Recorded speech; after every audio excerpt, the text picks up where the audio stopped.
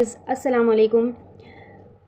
चलिए बात करते हैं जो आजकल हो रहा है, यानी आप समझ सकते हैं कि हम बात किस चीज़ की कर रहे हैं। दिल्ली में जंतर मंतर पर जो शांतिपूर्ण तरीके से प्रोटेस्ट जो चल रहा है उसकी बात हम कर रहे हैं। हमको सपोर्ट करना चाहिए सोनम वांगचुक सर का और अभिजीत दीपके का। सोनम वांगचुक सर एक साइंटिस्ट है, फिर भी वो हम सभी के लिए, हर युवा के लिए, हर युवा के भविष्य के लिए आवाज़ उठा रहे हैं और 19 दिन से हंगर स्ट्राइक पर हैं। उनकी हालत बहुत गंभीर है और उनके साथ कल के दिन उनके साथ ऐसी घटना घटित हुई जो दिल्ली पुलिस ने बहुत बुरा किया, जो नहीं करना चाहिए था। उनको बहुत गाली गलौज किया और उनको ज़बरदस्ती उठाकर ले गए कि उनका इलाज करवा सके। ये तो अपना फंडामेंटल राइट्स है कि कौन क्या खाता है, अनशन करने का उनको पूरा राइट है, तो उनके साथ कोई ज़बरदस्ती नहीं कर सकता है। फिर भी उनके साथ इतना गलत किया गया। बट उनकी वाइफ हर युवा के सपोर्ट में है, अपने हस्बैंड सोनम सर के सपोर्ट में है। अगर सोनम सर नहीं स्टैंड कर पाते हैं उस वक्त जब संसद की ओर जाएगा काफिला, जब संसद की ओर युवा जाएगा अपनी बात रखने के लिए, तो उनकी वाइफ आगे खड़ी होंगी। तो I support with Sonam sir, I support with Abhijit Dipke. शिक्षा के लिए आवाज़ उठाना खुद में एक बहुत गर्व की बात होती है, क्योंकि जब युवा पढ़ेगा, जब युवा अच्छी शिक्षा हासिल करेगा, तभी तो युवा आगे बढ़ पाएगा, वो अपने भविष्य के लिए लड़ पाएगा। और यह बात सिर्फ एक कौम, एक मज़हब, किसी धर्म की नहीं है। ये आवाज़ हर उस स्टूडेंट, हर उस युवा और सभी के आने वाले भविष्य के लिए बेहद इम्पॉर्टेंट है, बेहद ज़रूरी है। और इस सरकार ने शिक्षा से दूर रखने की बेहद कोशिशें की हैं, ताकि युवा जब पढ़ नहीं पाएगा तो वो अंधभक्ति में ज़्यादा होगा। उसे सिर्फ राजनीति जो यूज़ है उसके लिए सरकार सिर्फ अपना फ़ायदा उठा रही है।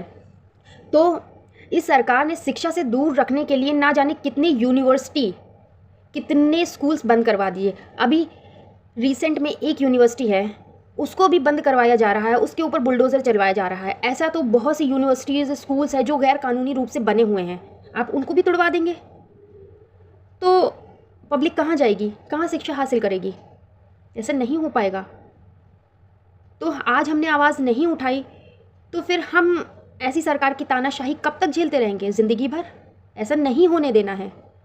तो अब आप देख रहे हैं नीट के एग्ज़ाम्स की जो पेपर शीट थी वो लीक हो रही है और कितने ही स्टूडेंट्स सुसाइड कर रहे हैं, कितनी फैमिलीज़ की जो इनकम है वो बर्बाद हो गई है, उनकी जो क्या बोलते हैं, बच्चों ने सुसाइड किया है, उनकी फैमिलीज़ में कोई एक लौता बच्चा होगा तो उनकी तो पूरी दुनिया ही उजड़ के रख गई है। फिर भी वो हर उस बच्चे के लिए खड़े हैं जो आगे अपने भविष्य के लिए कुछ करना चाहते हैं।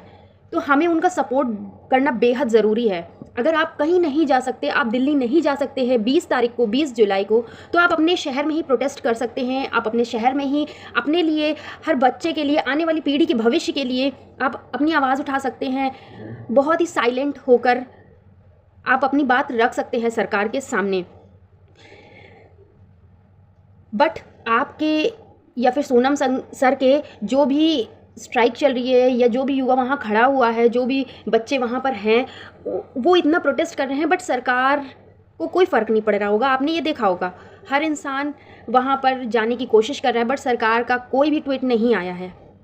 इस सरकार का कोई भी ट्वीट नहीं आया है, बल्कि गोदी मीडिया ने ना जाने क्या क्या बातें फैला के रखा हुआ है। तो आप लोगों से यही गुजारिश है कि जितना हो सके आप सोचिए, आने वाले जो भविष्य है उसके लिए सोचिए। लेकिन इस सरकार को कोई फ़र्क नहीं पड़ा। वो तो बस धर्म के नाम पर लोगों को बांट रही है, झगड़ा फसाद फैला रही है, हिंदू मुस्लिम कर रही है, सिर्फ अपनी जो भी राजनीतिक अपना यूज़ है वो सिर्फ पब्लिक से कर रही है, धर्म के नाम पर लोगों को लड़ा झगड़ा कर, और भारत के लोगों को एक मोहरा बना रही है।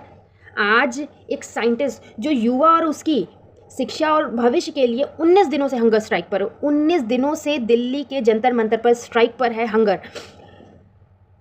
और हम अगर दिल्ली नहीं जा सकते तो खुद और शिक्षा व्यवस्था के लिए अपने ही शहरों में आवाज़ उठा सकते हैं।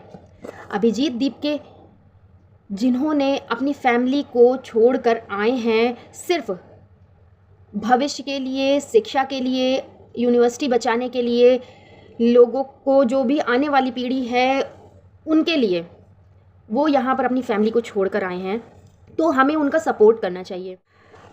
अपने हक के लिए आवाज़ उठाना बहुत ही गर्व की बात है, बहुत ही ज़रूरी है। और आने वाली पीढ़ी के भविष्य के लिए ये कोई धर्म की लड़ाई नहीं है, ये कोई जाति की लड़ाई नहीं है, ये कोई एक कौम की लड़ाई नहीं है।